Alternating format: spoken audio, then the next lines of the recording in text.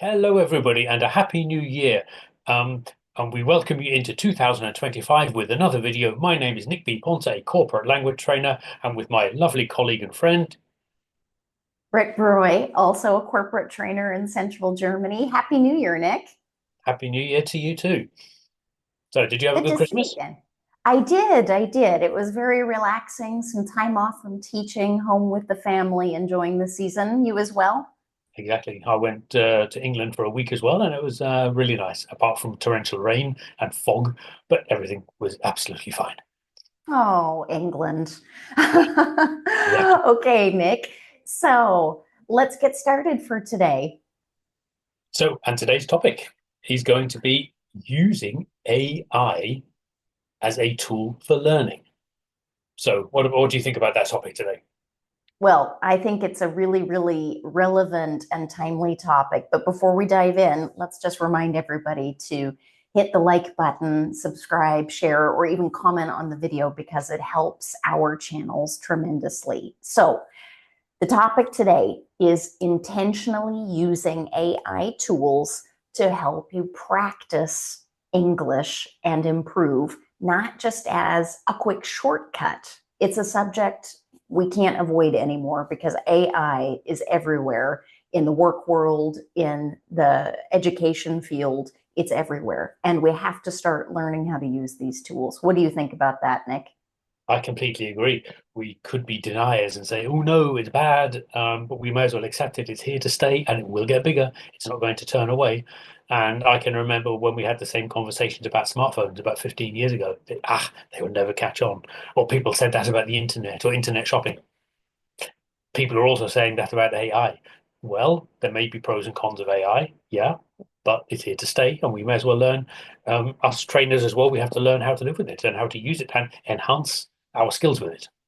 That's it. Exactly. Exactly. And there are some really, really, really great, powerful tools out there today that you can use to practice English, not just as a shortcut, like we were saying. So, before we get into talking about some specific ways you can use the existing AI tools out there to practice your written English, I just would like to know what your general opinion of AI is, Nick.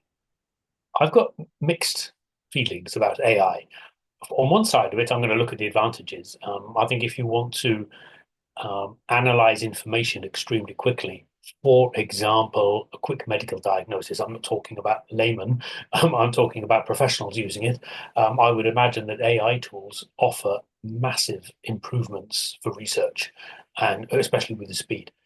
Being an author myself, I'm thinking to now look on the negative side of it for the arts, for example, music, art, books, writing music. I'm not quite sure whether this is good. Maybe this is another example of all smartphones will never catch on, where people are already writing books using AI, and people are already writing music using AI.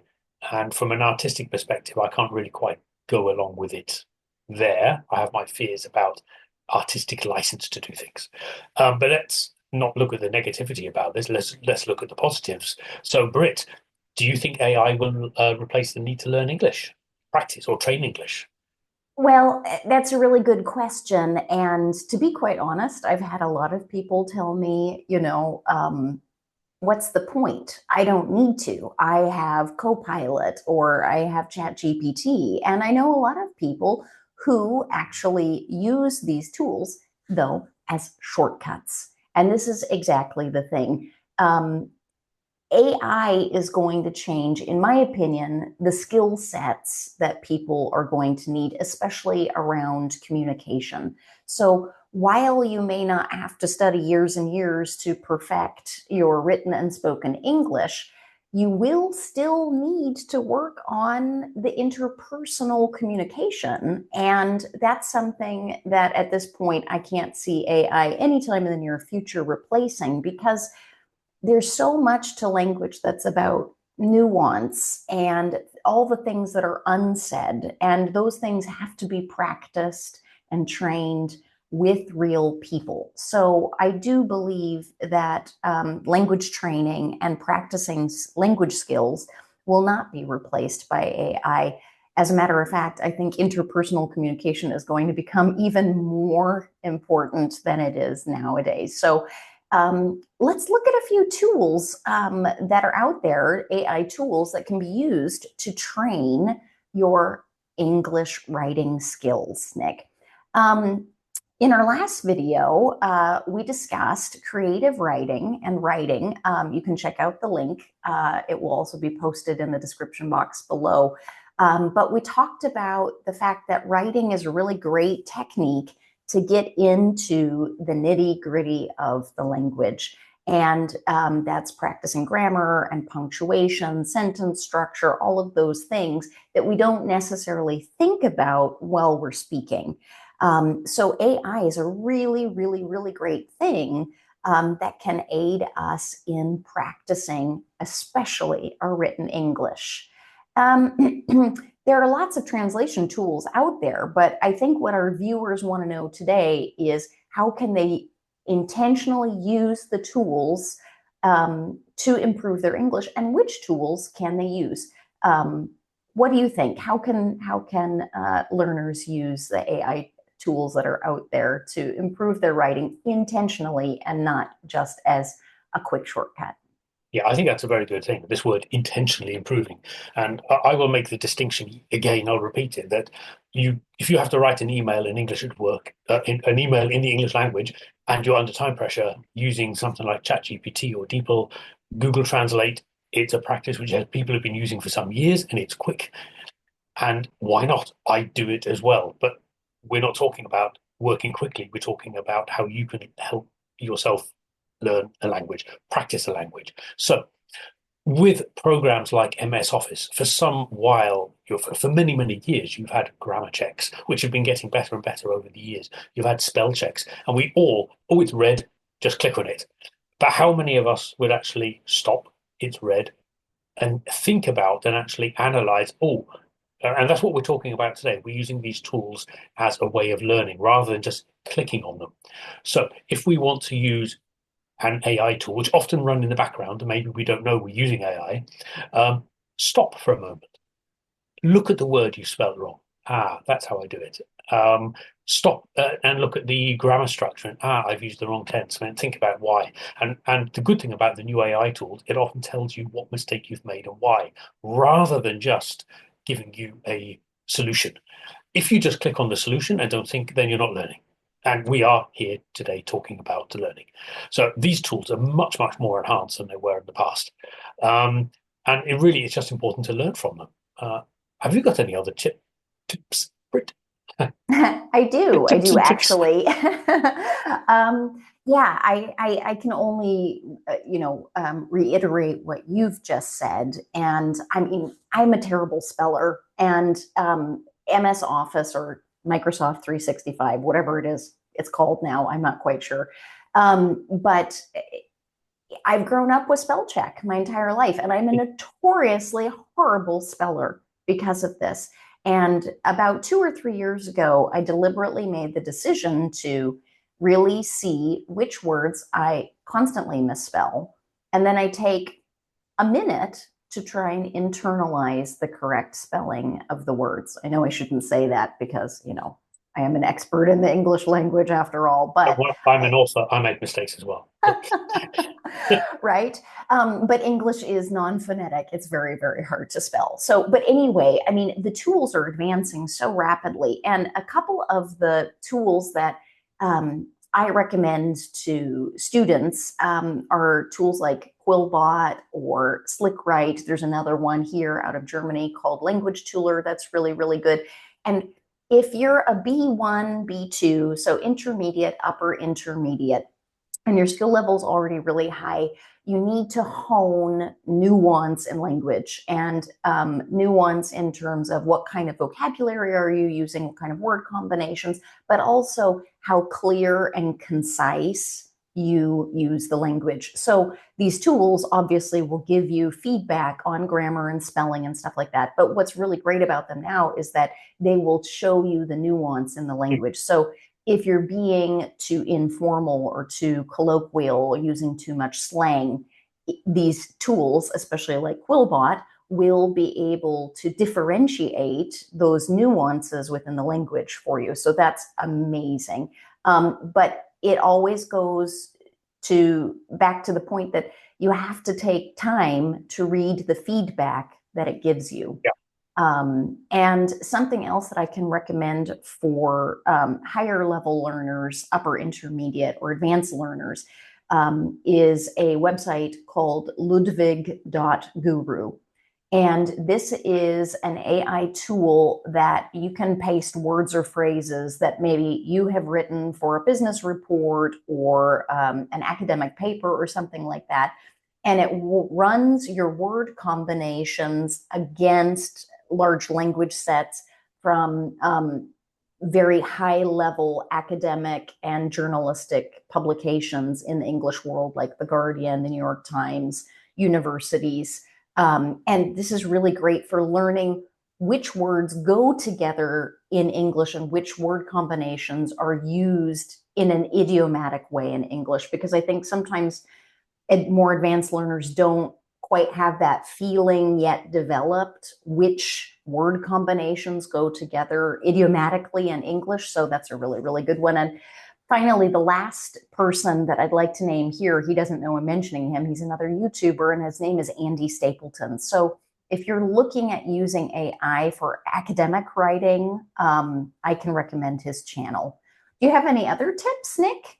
Yeah, let's go back to school days, vocabulary learning. I think you can all remember when we had our little crib cards and we would turn them around and practice. Not necessarily a bad thing to do it in the old-fashioned way. I like writing things by hand. It engages my brain. I like it, but we're here to talk about what AI can do for us. And if we wanted to be a little bit more AI proactive, you can ask AI to create you a vocabulary table. You don't have to look for the words yourself. For example, I'll keep it on a business subject. Please create me a list of delivery vocabulary in English and in German. A few seconds later, you get a nice list. Oh, it's 50 words. Hey, ChatGPT, please shorten it to 20 words. Excellent. ChatGPT, please make me a gap fill task.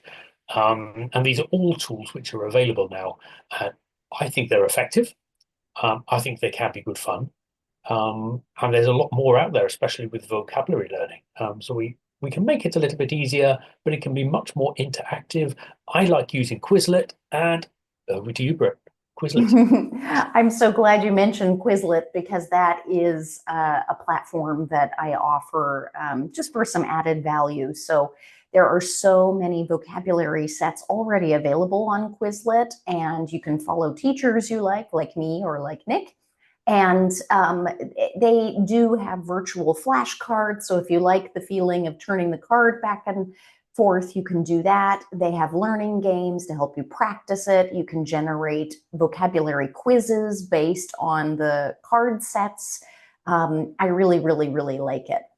So, but I think what's a really cool idea for practicing written English Mhm. and maybe even spoken English is, yes, we have our favorite chat GPT, and um, I was playing around with it in preparation for this and getting some ideas, because everything we've mentioned, people kind of already know. Maybe they haven't put it all together and thought about, how can they proactively and in a self-starting kind of way use AI as an aid to practice English. But I was playing around with ChatGPT, and also I went and I found an AI friend.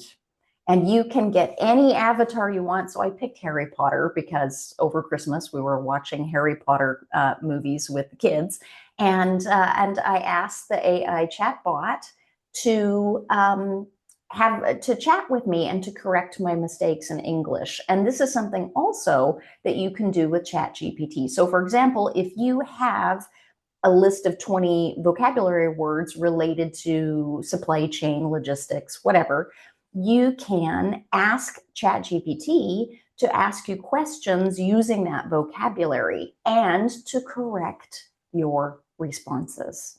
And this is very, very cool for practicing written English, but you can take it even one step further And I think on the free plan with ChatGPT, you have a very limited time in which you can use audio and you can speak to ChatGPT and ask it to have a conversation with you. So if you want to practice small talk, if you want to talk about the weather, if you want to talk about uh, cricket in South Africa, ChatGPT will have a conversation with you, and you can ask it to speak more slowly. You can ask it to correct your mistakes. Like I said, it's a very limited time that you have on the free plan, but you have to ask it to correct you, and you can have a very short practice conversation. I think it's about 20 minutes on the free plan.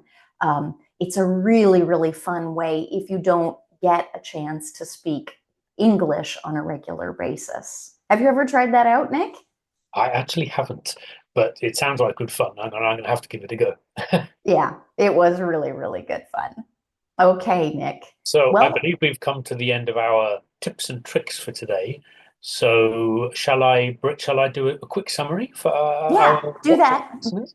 Okay, I'm not going to repeat all of the points because we've discussed in a very short period quite a lot today. I think the biggest point is we're talking today about how to use AI as a learning tool rather than a tool just for working. This is not today about making my life quicker in the office. It's to stop, slow down. Let's look at what grammar mistakes. Let's learn from what AI is telling me. And of course, you can listen again to what we've all told you today. So the main thing is use it as a learning tool. So that's, I would say, is the main summary point for today. Yes, Um, very and good, very good. yeah, so it's, and I think today, Bruce, I think what's very important is if people watch this video in, let's say, 4 months' time, there will be a lot more out there. It's a very fast-moving field. That's it. That's it. So who knows? Maybe we'll do an update video when new tools are available, or we come up with better ideas and new ways to use the AI tools that are out there to help practice and train your English skills. So it's really, really, really exciting. And one thing which Really would be exciting interesting thing. is any of our watchers and listeners today, if any of you have experience with AI tools, please write something in the comments to us and let's hear what experiences people have got out there. I'm sure more than what we've got as well. Yeah, definitely, definitely. And it's so important too, because you're not only commenting for us, you're commenting for all the other learners out there. And obviously, the more engagement we have on this video, the more likes and comments and subscribes we get, the algorithm will get that out to more people. But what's our topic for next week, Nick? For the next video, it's going to be we mentioned it today. For you mentioned it earlier, formality and informality, and you mentioned that AI tools can help you navigate your way between that. Well, we're going to discuss that not from an AI perspective, but from a trainer's perspective and a communication perspective in our next video. So the difference between formality and informality and where they move around with each other. That's What do you it. think of that? Is that a good idea, Britt?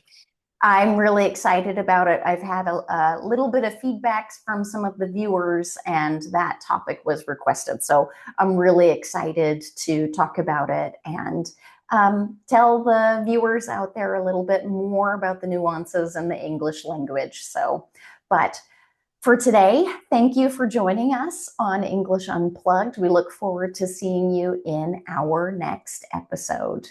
Thanks a lot, Nick. Have a Yeah, great thank day. you too, Britt, and goodbye from me, and welcome, and thank you for watching our Unplugged again. Thank you. Take care. Bye Bye bye. bye.